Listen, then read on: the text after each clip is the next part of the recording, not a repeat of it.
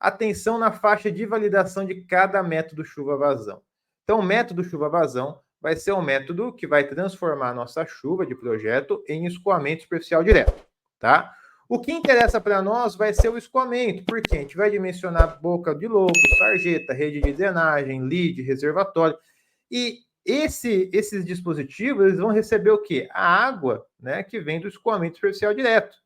Então, choveu na região, né? Parte infiltrou, parte evaporou, parte foi interceptada, mas tem uma lacuna, uma etapa, uma fatia dessa água que vai escoar superficialmente. E é justamente essa fatia que a gente está preocupado, tá? Então, para chegar nessa fatia, a gente pode trabalhar ali com métodos estatísticos, né? Por exemplo, isso daqui é um fluxograma do DAE de São Paulo. Então, se a gente tem uma extensão de dados aqui considerável, a gente tem alguns métodos a serem aplicados. Na verdade, o que é mais utilizado é o método aqui de distribuição estatística, né? Gamble, log Pearson tipo 3, log normal, né? São métodos de distribuição estatísticas para quando a gente tem aqui uma série de dados acima de 25, 30 anos, né? Agora, se a gente não tem essa série de dados, a gente vai para o método chuva-vazão. Então, até 2 km² da bacia é indicado o método racional, de 2 a 200 Ipaivu, 200 a 600 Coqueio Errara, depois o hidrograma unitário e os softwares que nós temos hoje, que o ABC6 foi meio que descontinuado, a gente tem o RecRMS, Swim e outras ferramentas, né? Então, olha só, aqui existem algumas faixas de validação. Se eu aplicar o método racional para uma área de contribuição de 200 km², eu vou dar um tiro muito acima do necessário, tá? Ele vai descolar demais da realidade, ele vai lá para estratosfera a vazão, tá? Ele vai descolar da realidade. Por quê? O método racional é para áreas pequenas, porque ele desconsidera vários efeitos que acontecem de forma mais significativa em bacias maiores. Exemplo, distribuição temporal da chuva. Se está chovendo no meu quintal, está chovendo num canto e no outro, é a mesma coisa, tá? Agora, se eu aumento o meu quintal para um campo de futebol, se eu aumento um campo de futebol para 10 campos, pode ser que o que está chovendo lá numa ponta seja diferente do que está chovendo numa outra ponta. Se eu aumento essa área para uma cidade, pode ser que um bairro nem está chovendo e outro está chovendo. Então, essa distribuição espacial ela é desprezada no método racional. E quando a gente tem uma área pequenininha, beleza, né? Até não faz tanto efeito, que a área é pequena, então vai ser mais homogênea a chuva mesmo. Mas quando eu vou aumentando essa área, aí vai fazendo efeito. Por isso que o método racional tem que se limitar a áreas pequenas. Tem uma flutuação desse limite? Tem. Pega o DENIT, vai até 4 km². Pega a Sudecap de Minas, Belo Horizonte, vai até meio km². Então flutua ali, né? De meio até 4. Mas na média vai ser até uns 2 km², tá? Na prática, hoje, pessoal, passou dessa metragem, a gente já adota o método SCS, CN, Curve Number, tá? Hidrograma unitário. Então, acaba que tem uma divisão mais preto no branco, né? Racional e hidrograma unitário. Mas existem outros métodos aqui, que, dependendo do estado, podem ser aplicados e dar um resultado um pouco mais expedito ali, né? Mais simplificado, mais rápido também, tá? E por fim, pessoal, esse último erro é o seguinte: muita atenção também, ó, porque existem dezenas de equações de tempo de concentração, né? E nem todas vão servir para o seu estudo. Então, para quem não sabe o que é tempo de concentração, é o tempo que a água vai demorar do ponto mais longínquo da sua bacia até o seu exutório, para ela fazer todo esse caminho, né? Escoar aí por dentro da sua rede, da sua drenagem ou da drenagem natural até o exutório. Bom, o tempo de concentração ele pode ser calculado por uma equação específica, né? Mas existem mais 60 equações de tempo de concentração. Então, quando você olha para essa realidade, você fala assim, pô, eu vou calcular o tempo de concentração no meu projeto, beleza. Mas eu tenho 60 opções para escolher. Qual que eu escolho? E outra, tá? Cada equação pode dar um resultado muito discrepante da outra. Então, eu posso ter uma equação que me dá 10 minutos de tempo de concentração e outra que me dá 3 horas. Isso pode acontecer, tá? Isso pode acontecer.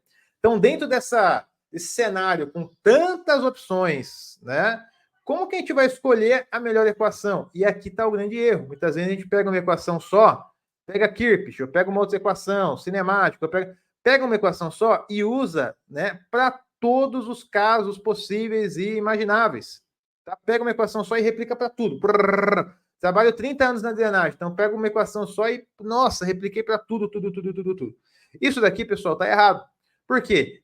A equação em si, de tempo de concentração, ela foi desenvolvida por um seguinte processo. Olha só, deixar claro para você.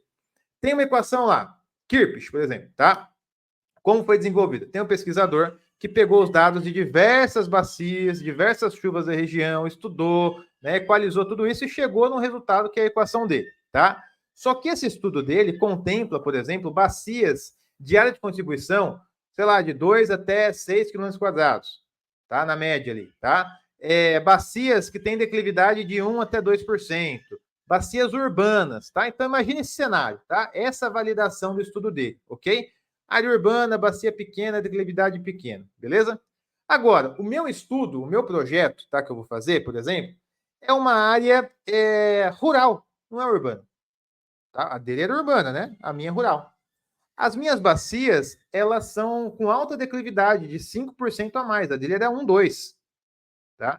As minhas bacias são gigantes, é 30 km quadrados para mais. A dele era 2, 6 km quadrados. Então, olha só como de escola, né? De escola. O meu projeto em questão para o estudo lá do pesquisador que fez um método específico.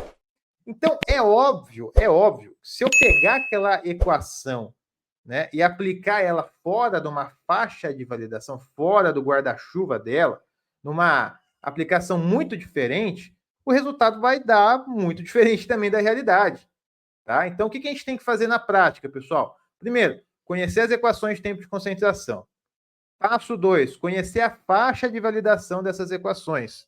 Passo 3, avaliar qual é a equação que mais se assemelha ao meu projeto em questão. Tá? Eu tenho uma equação lá que foi para a área urbana, área pequena urbana com alta declividade. O meu projeto também é área urbana pequena com alta declividade. Então, essa equação vai me servir bem, né? Ok? Fazer também conta de média de tempo de concentração, isso aí também, pessoal, é assim, é furada, tá? Pega a equação mais assertiva para o seu caso e aplica ela, tá? Que mais se assemelha à sua faixa de validação e aplica ela. Ok? Então, são 3 etapas. Conhecer as equações, conhecer as faixas de validação e avaliar qual é a equação que mais se encaixa no seu caso. Pronto, resolveu. Ok?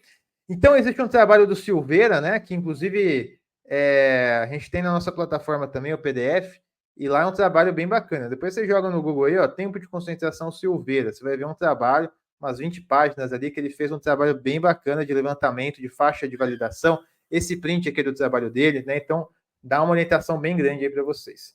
Beleza? Então, pessoal, de forma geral aqui, ó, vamos resumir aqui a nossa aula, né? Primeiro, a gente viu a importância de não fazer vista grossa para esses erros, tá? Segundo, o que são esses erros grosseiros, né? Por que eles são grosseiros? A gente viu que eles geram um efeito cascata. Quando que a gente pode mais incorrer nesses riscos, né? De realizar esses erros aí no projeto. E, por fim, quais são esses erros, tá? Então, temos toda essa caminhada aqui pela frente, tá?